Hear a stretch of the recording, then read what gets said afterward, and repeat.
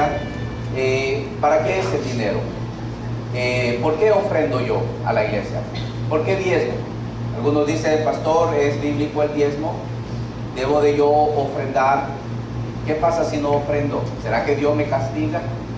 ¿Debo yo poner mi nombre en el sobre? ¿Para qué lo debo de poner o no lo debo de poner? Esta y muchas otras preguntas queremos ir evacuando en la medida que desarrollamos el tema acerca del dinero en la iglesia. Hoy vamos a hablar razones bíblicas para ofrendar en el libro de Filipenses capítulo 4, el verso número 10 en adelante. Vamos a leerlo, después vamos a orar. Antes que eso, pues también igual saludamos a todas las personas que a través de la internet nos miran, nos escuchan. Queremos decirles también de igual manera que la palabra de Dios pueda ser ella en su corazón y hablar a su vida. Deseamos conocerle y si pueda congregarse con nosotros sería un honor tenerla acá y compartir con nosotros esta experiencia de congregarnos juntos. Filipenses capítulo 4, verso 10 en adelante. Amén. Amén. La palabra de Dios dice: en gran manera me gocé del Señor de que ya al fin habéis revivido vuestro cuidado de mí, de lo cual también estabais solícitos, pero os faltaba la oportunidad. No lo digo porque tenga escasez, pues he aprendido a contentarme cualquiera que sea mi situación. Sé vivir humildemente, sé tener abundancia en todo y por todo estoy enseñado, así para estar saciado como para tener hambre, así para tener abundancia como para padecer necesidad. Todo lo puedo en Cristo que me fortalece. Sin embargo, bien insistes en participar conmigo en mi tribulación. Y sabéis también vosotros, oh Filipenses, que al principio de la predicación del Evangelio, cuando partí de Macedonia, ninguna iglesia participó conmigo en razón de dar y recibir, sino vosotros solos. Pues aún a Tesalónica me enviasteis una y otra vez para mis necesidades. No es que busque dádivas, sino que busco fruto que abunde en vuestra cuenta. Pero todo lo he recibido y tengo abundancia. Estoy lleno, habiendo recibido de Epafrodito lo que enviaste, olor fragante, sacrificio acepto. Y Dios pues suplirá todo lo que os falte, conforme a sus riquezas en gloria en Cristo Jesús. Al Dios y Padre nuestro sea gloria por los siglos de los siglos. Amén. ¿Por qué damos a la obra de Dios? ¿Qué ocurre cuando nosotros ofrendamos a la iglesia? Estoy convencido que este tema es un tema un poco sensible, porque algunos han utilizado este tema para poder coaccionar a los miembros de una congregación y forzarlos a que deben dar. Quiero basarme sobre la premisa de decirles, hermanos, usted no está obligado a dar. Usted no puede ser coaccionado a que dé para la obra de Dios. Tampoco podemos decir que usted va a dar de su voluntad, porque no es voluntario. Es porque algunos dicen, bueno, como no me nace, dice dar, pues entonces no doy. No se trata de eso. Pero es una responsabilidad. Y cuando nosotros hablamos de una responsabilidad, y lo vamos a hacer de la Biblia, lo vamos a ver en la Biblia, también no podemos decir que si no cumple esa responsabilidad va a pasar algo. No va a pasar. Aparentemente no va a pasar nada. No va a ser obligado, ni tampoco le vamos a llamar porque usted no diezma. O lo vamos a sentar en la última banca y a los diezmadores lo vamos a sentar en la primera banca, en la primera fila. O le vamos a dar más a los que diezman y menos a los que no diezman. Nada de eso va a pasar.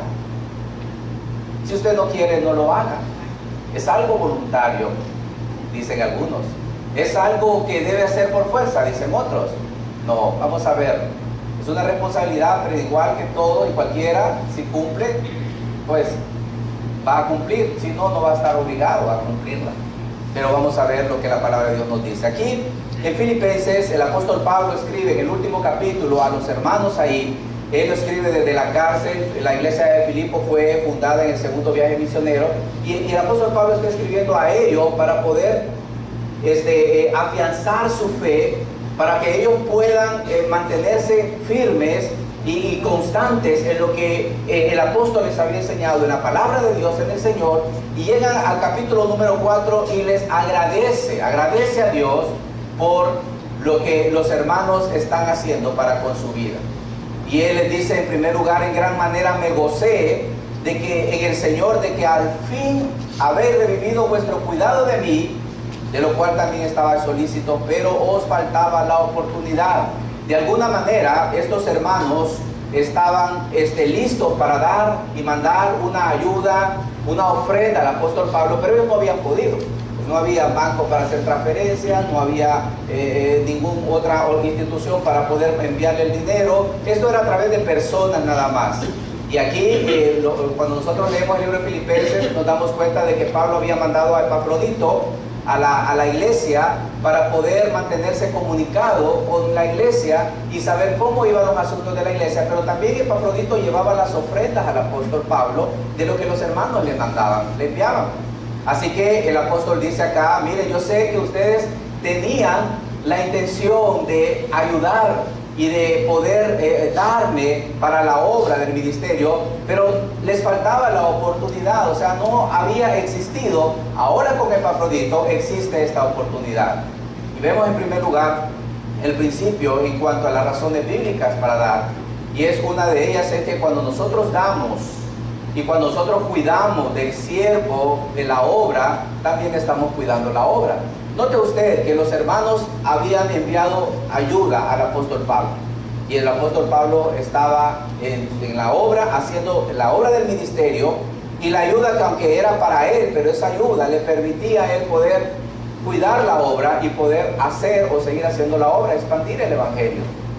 El dinero, entonces, en otras palabras, se utilizaba o se utiliza para poder ayudar al obrero.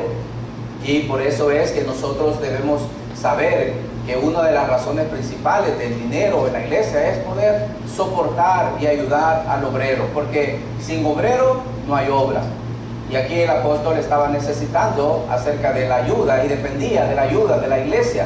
Esta es una iglesia muy generosa, muy dadivosa, y ellos habían entendido que la responsabilidad de poder soportar al obrero, de poder ayudar al obrero, para que el obrero pudiera descargarse de cualquier afán del mundo, de cualquier trabajo que no fuese la obra, y dedicarse completamente a la obra. Y aquí vemos nosotros que en la medida como cuidaban del apóstol Pablo sentía la libertad para poder ejercer la obra. Y esta es una gran verdad hoy en día, hermanos, que aunque a veces ha sido abusada o se ha abusado de esto, pero es verdad de que el obrero, el anciano, el pastor, el que predica, el que está en la obra, necesita que se le cuide en sus necesidades físicas. Se le debe de cuidar ahí. Y como el apóstol va a decir, no lo digo porque tengo necesidad, pero es cierto, es una verdad bíblica. Si nosotros no cuidamos de los misioneros, si nosotros no cuidamos sus necesidades, ellos van a estar pendientes de cómo proveer para sus necesidades, y eso le va a desviar de la obra. Y aquí el apóstol dice, hermanos, me gocé en el Señor, que al fin haber revivido el cuidado que tienen de mí. O sea, ustedes el cuidado que ustedes me dan a mí, o cómo cuidan de mí, de lo cual yo estoy seguro, dice que ustedes estaban prontos a hacerlo, pero les faltaba la oportunidad. Entonces vemos en primer lugar la razón, una de las razones es que al cuidar nosotros del obrero, cuidamos también de la obra. Pero también la segunda cosa que vemos nosotros acá es que cuando se ofrenda, también se contribuye al programa del evangelio. Note lo que dice en los siguientes versículos.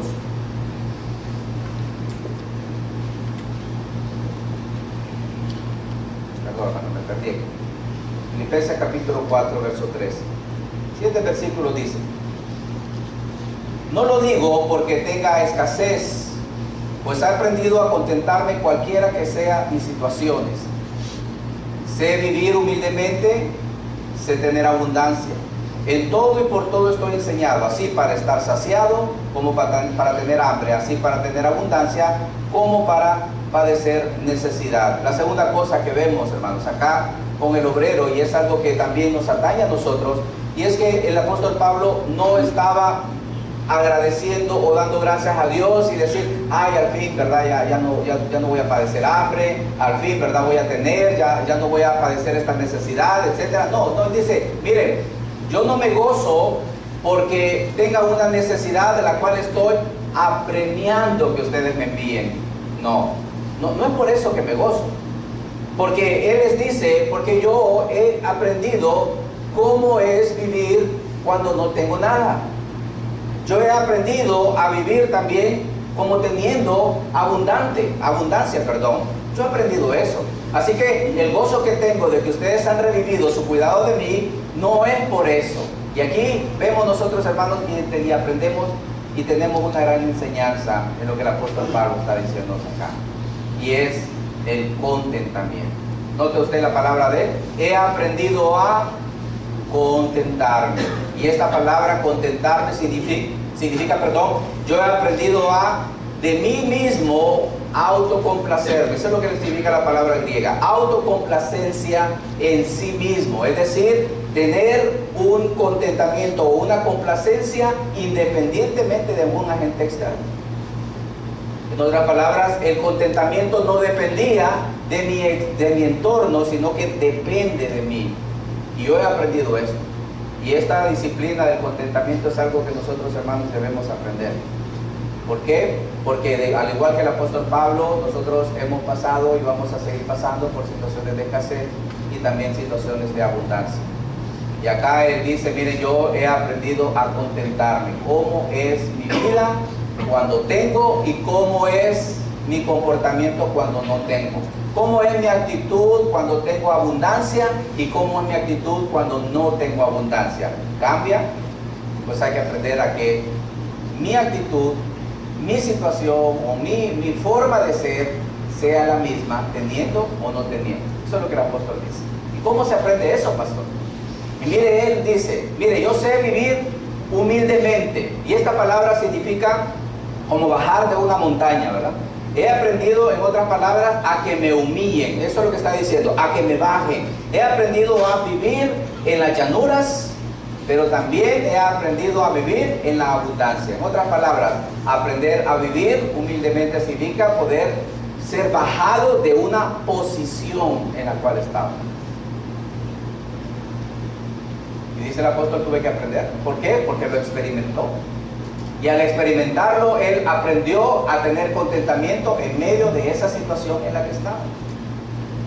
Tristemente, a veces no queremos bajar nuestro estilo de vida porque creemos que no vamos a ser felices si bajamos de la posición en la que estamos.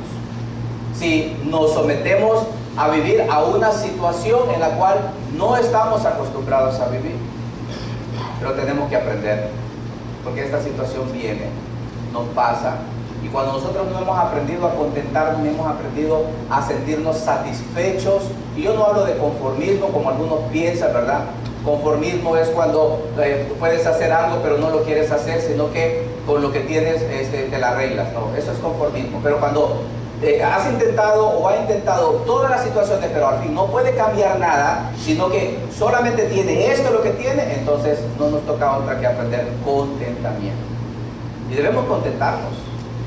Es como cuando le decimos a los hijos, y los hijos nos piden a nosotros otro tipo de comida, ¿qué le decimos?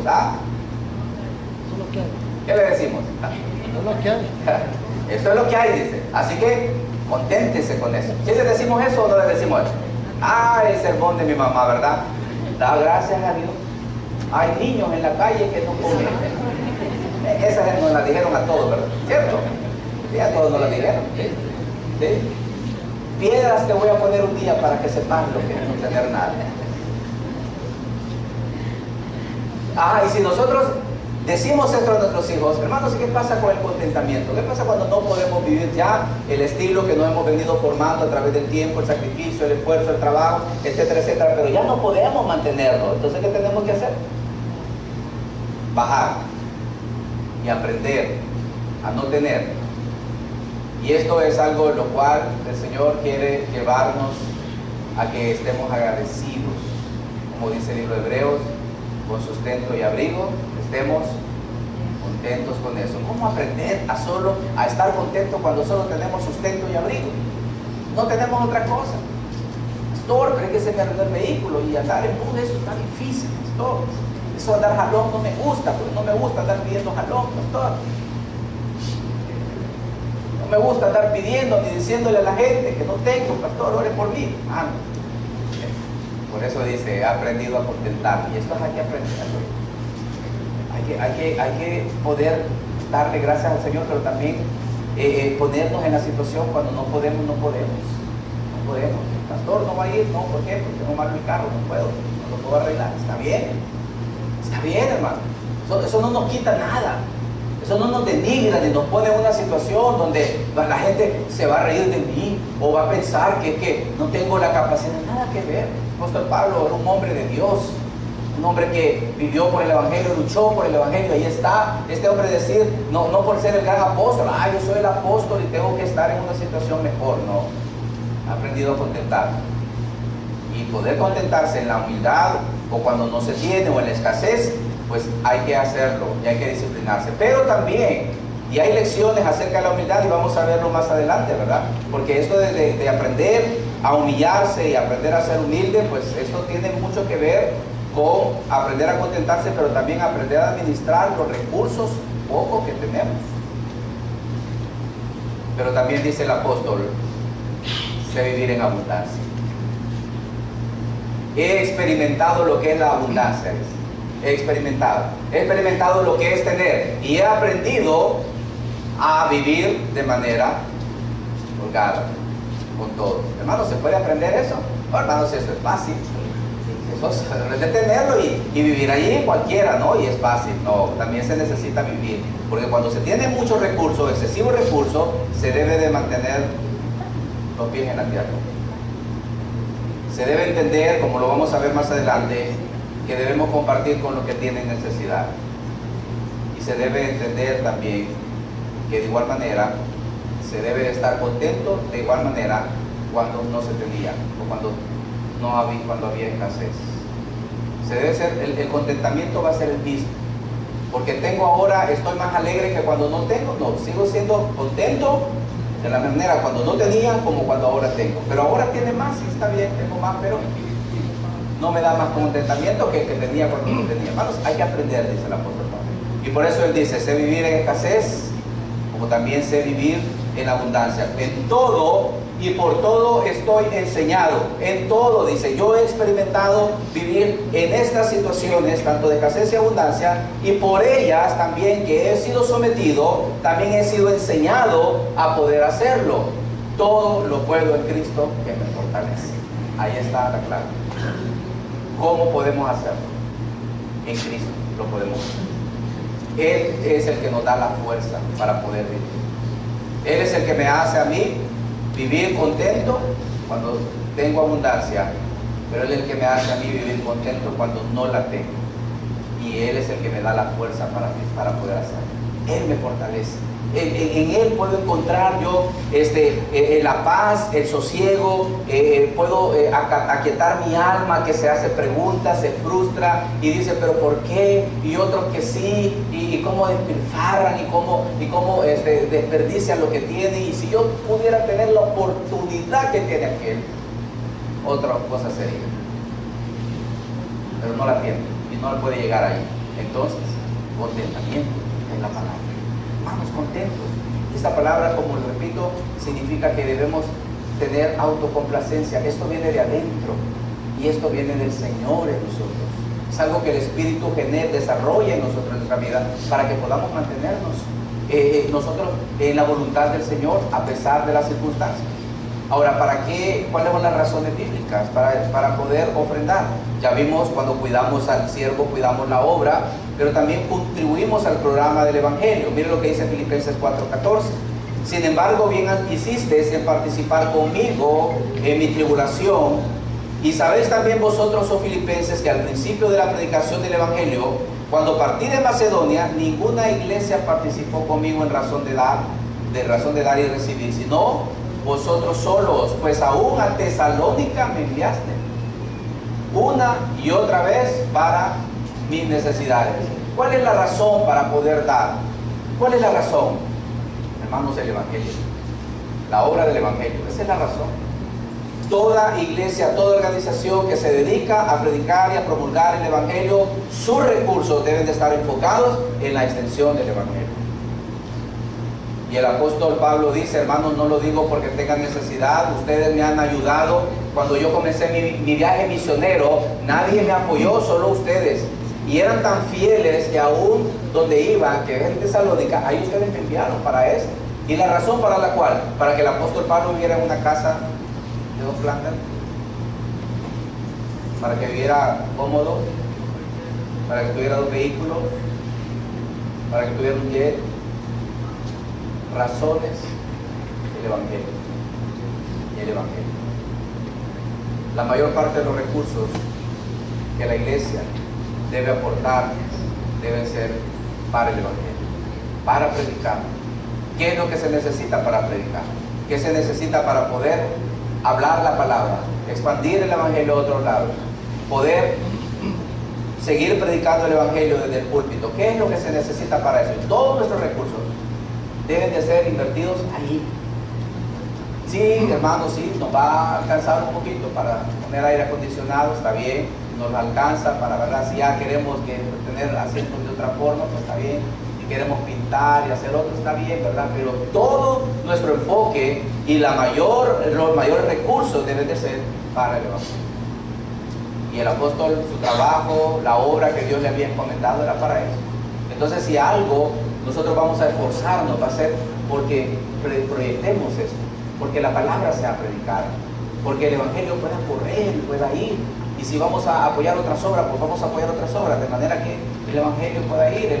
La obra misionera es importante y tenemos que apoyar eso. Porque si no tenemos un obrero, si no tenemos una obra que se está haciendo y se está predicando el Evangelio, estamos desperdiciando nuestro dinero. No lo estamos utilizando de la forma correcta, como debemos utilizarlo. Está bien, repito, ¿verdad? No es malo tener un local sumamente cómodo y suficiente, no es malo. Si lo podemos tener, está bien, pero primero es lo primero.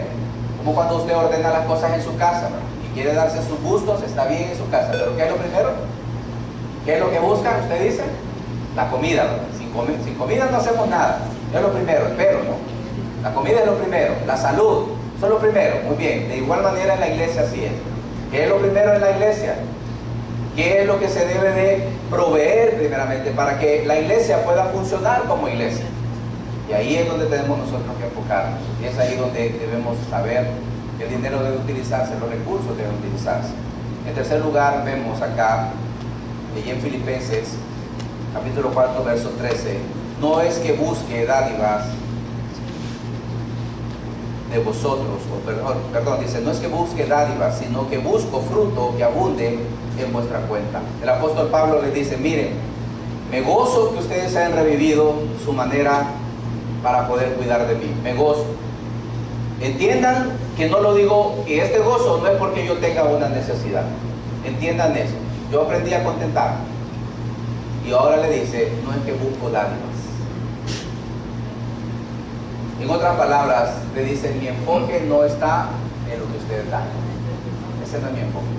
Sino que lo que busco o mi deseo es que abunde fruto en vuestra cuenta. Esta palabra cuenta es bien interesante porque viene de una palabra griega que es logos y eso significa palabra o enunciado, que significa comunicación. Y fíjense que interesante porque lo que el apóstol está diciendo, miren, yo no estoy enfocado en lo que ustedes dan, o sea, no es el dinero lo que me interesa lo que, el bien o lo bueno que esto habla de ustedes, lo que dice de ustedes, lo que expresa, y esto es algo bueno para ustedes, porque abunda para el Señor, porque esto es cargado a su cuenta, eso es lo que está diciendo, esa es la idea. Cuando una persona da y una persona es generosa y da la obra de Dios, habla de quién es la persona, qué hay en su corazón. Dice algo de él o algo de ella. Pastor, pero el diezmo no es bíblico y yo por eso no lo doy. Bien, eso dice algo. Como también lo que sea. Cuando una persona habla y da, también dice de ella. Cuando una persona no da, también dice algo. Cuando una persona es sumamente generosa, también dice algo. Y sea lo que sea, nuestra generosidad habla de cómo está nuestro corazón y qué es nuestra posición. Esto es como cuando en la casa, cuando los hijos ya crecen, ¿verdad? Trabajan, tienen dinero y algunos aportan. Y algunos se pelean, ¿verdad? No, vos aportaste menos que yo. Hay que aportar todos iguales. Y si hay alguien que aporta poquito, no, tenés que aportar más. Y hay un pleito y a veces un conflicto. ¿Ha escuchado usted eso? Y viene aquel y dice, no, es que yo voy a aportar lo mismo que el otro aportó. Pero hay uno que dice, no importa, no aporto, yo aporto y ya. Eso dice mucho de él, ¿no? Dice de su corazón. ¿Dice lo que hay ahí o no dice? Claro que sí. La manera como damos y nuestra actitud en la que nosotros damos dice de nosotros. Y el apóstol está diciéndoles aquí, miren hermanos, no es lo que dan. O sea, olvídense de eso. No es la cantidad, no es lo que ustedes dan, es lo que ustedes son. Lo que dicen ustedes es lo que dan. Hermanos, y ahí es donde la Biblia nos dice a nosotros que cada uno como propuso en su corazón, y lo vamos a ver después. ¿Qué hay en su corazón? Cuando en nuestro corazón nosotros nos damos al Señor, no andamos preguntando. Mire, no hay nada mejor que un corazón agradecido. Nada mejor que eso. Cuando hay un corazón agradecido para con el Señor, no anda viendo nada, no mira límites. Y dice, no, yo doy eso, yo quiero servir, ¿cómo puedo ayudar? Pues necesitamos tanto, hermano, no, está bien, dele, no importa, voy a ver. No tengo, pero voy a ver cómo lo consigo. Porque está agradecido. No escatima nada, no hay ningún esfuerzo ni sacrificio que pueda decir, no estoy dispuesto a hacerlo. No estamos dispuestos a hacerlo. Es lo mismo que nosotros hacemos con nuestros hijos. Estamos agradecidos con Dios. Estamos agradecidos con Dios por la familia. ¿Y acaso para nosotros es una carga proveer para nuestra casa? Pues si es cansado, ¿no? Como cualquiera. Pero lo damos con amor, con alegría. No ponemos el plato a los hijos y decimos, mira, ve, agradecer, mira, me costó y no hacemos eso, no, con alegría. Ay, amigos, vengan a comer. No andamos pensando, o alguno lleva la cuenta cuánto ha invertido en su hijo. Hay alguien que ha invertido, que dice, no, pues yo llevo ya como casi $500,000 en mi familia. No, ¿verdad? Nadie lleva esa cuenta. ¿Por qué? Porque lo hacemos con alegría, lo damos, y cuando lo damos nos olvidamos. ¿Cuánto hemos invertido en nuestra familia? No sabemos. Pero por ahí se han ido millones, decía mi mamá. ¿No? Se han ido millones. Sí, está bien. Ella sí no llevaba la cuenta. Pero no, nosotros no llevamos cuenta. ¿Por qué? Porque damos con gratitud. Porque esto dice de nosotros, hermanos, lo que hacemos. Entonces, ninguno de nosotros se va a ver obligado. Cuando hay gratitud, nada es obligado. Hermanos, desagradecidos de lo que el Señor ha puesto en su corazón. Porque esto dice de ustedes. Y el apóstol dice, miren, y esto es importante porque también hay que aprender a recibir. Hay que aprender a recibir. Y el apóstol dice, miren, yo no busco la dádiva de ustedes. No es ese mi deseo. Mi deseo son ustedes. Y a veces nosotros cuando recibimos algo, no me dé, no, tranquila, no quédese ahí, no con eso. No, hermano, hay que aprender a recibir también. Si alguien nos da, porque Dios ha puesto en su corazón, es porque Dios dice de la persona que está dando. Y eso va a ser retribuido y le va a ser tomado en cuenta a esta persona. Así que algunos dicen así, ¿verdad? De manera superficial, no le robe la bendición. Y está bien, en cierta manera tiene razón, porque es una bendición dar. Y cuando alguien le da, hermano, por muy humilde que sea la persona, acéptelo, tómelo, no se lo desprecie, sea lo que sea, agárrelo. ¿Por qué? Porque es el Señor el que lo está dando. Y tenemos que aprender eso. Entonces es el corazón. ¿Qué es lo que Dios ve? Es un corazón agradecido. No es la ofrenda. Recuerdan Jesús, dice la Biblia que estaba con todos y Él estaba en el templo donde se recogían las ofrendas y Él estaba viendo a todo el mundo echar en las ofrendas. ¿Se acuerdan de eso? Y luego dice que a él llamó la atención de sus discípulos cuando vio que una viuda había echado 2 blancas. Y le dijo, vengan, de cierto os digo que esa viuda ha echado más que todos. Claro, porque echó 2 blancas y no era el valor, porque aquellos venían y echaban bastantes en las ofrendas. Y él les dijo, la razón, porque esta mujer de su sustento ha ofrendado, su corazón es lo que ha ofrendado, y esto es lo que le he tomado en cuenta. De la misma manera el apóstol decía, yo no busco su dinero.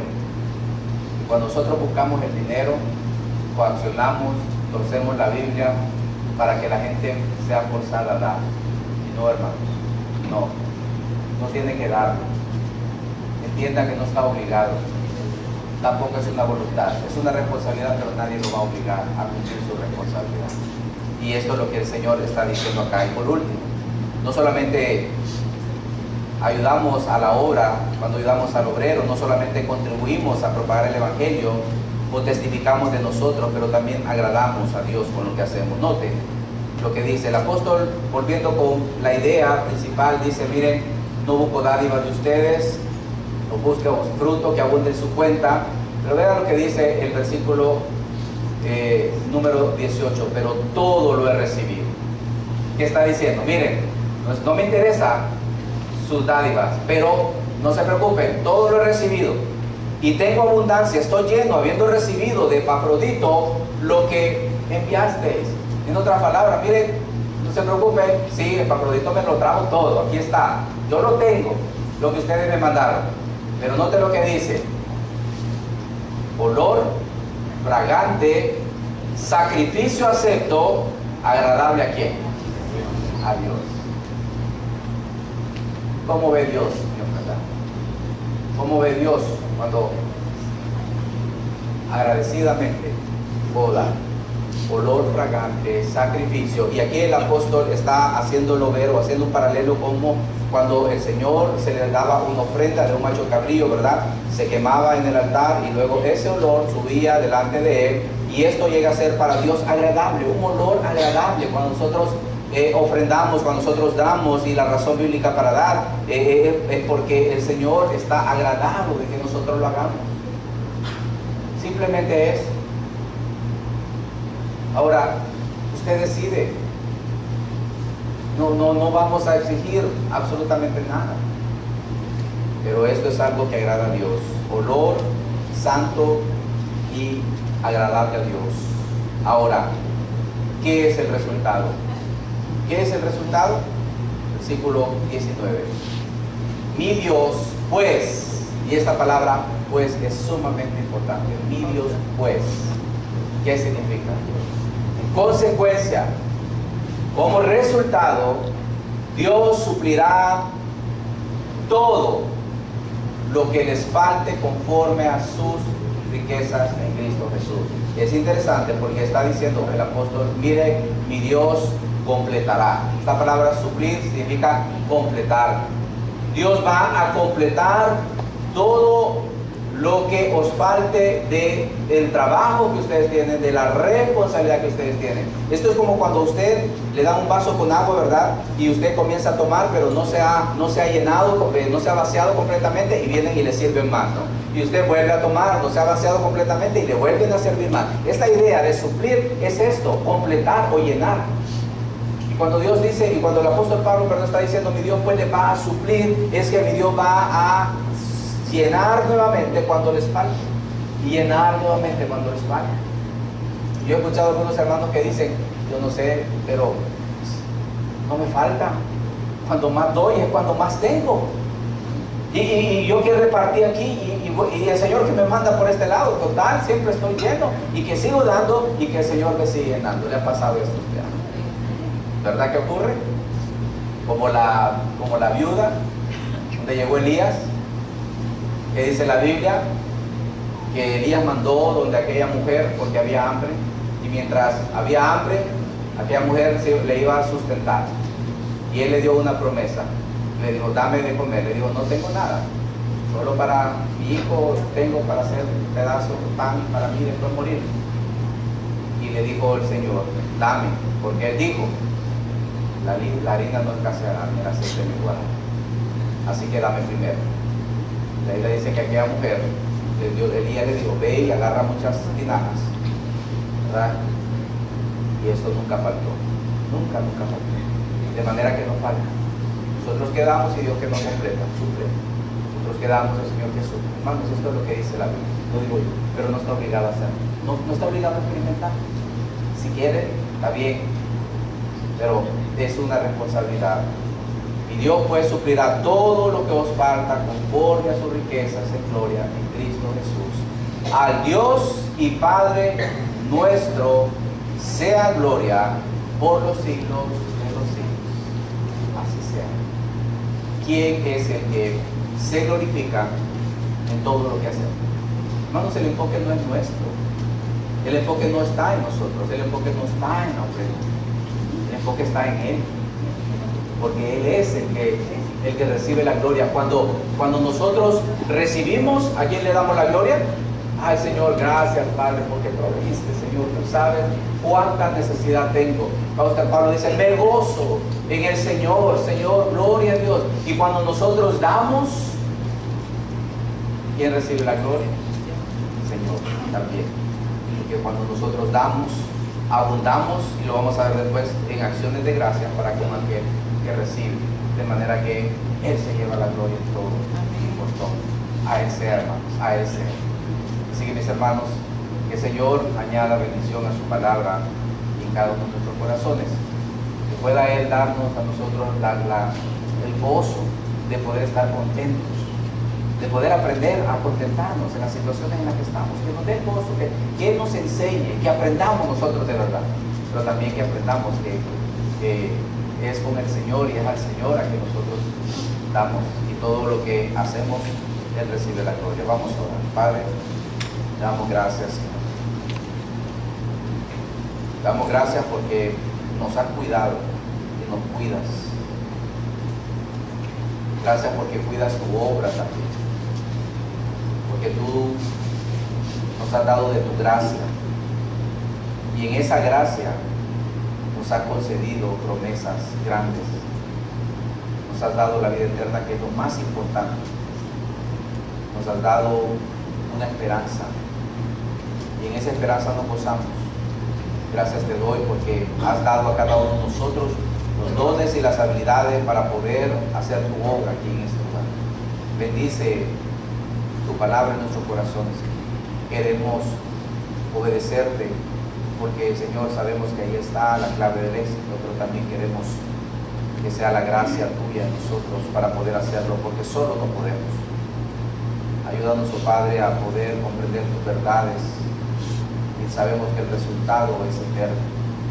Gracias por tu iglesia, gracias por lo que has hecho de ella hasta ahora.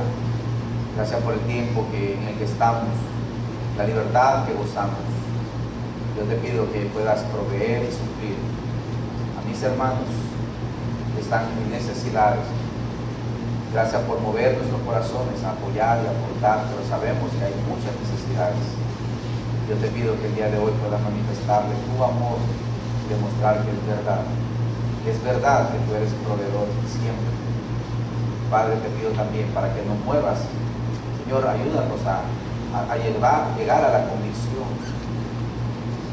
de poder aportar a tu obra, porque solamente tú lo puedes hacer. Gracias por esta mañana, gracias por lo que nos das y lo que vas a dar. En el nombre de Jesucristo oramos y lo pedimos. Amén. Bien, hermanos, tenemos una semana por delante. Que el Señor pueda bendecir su vida, poder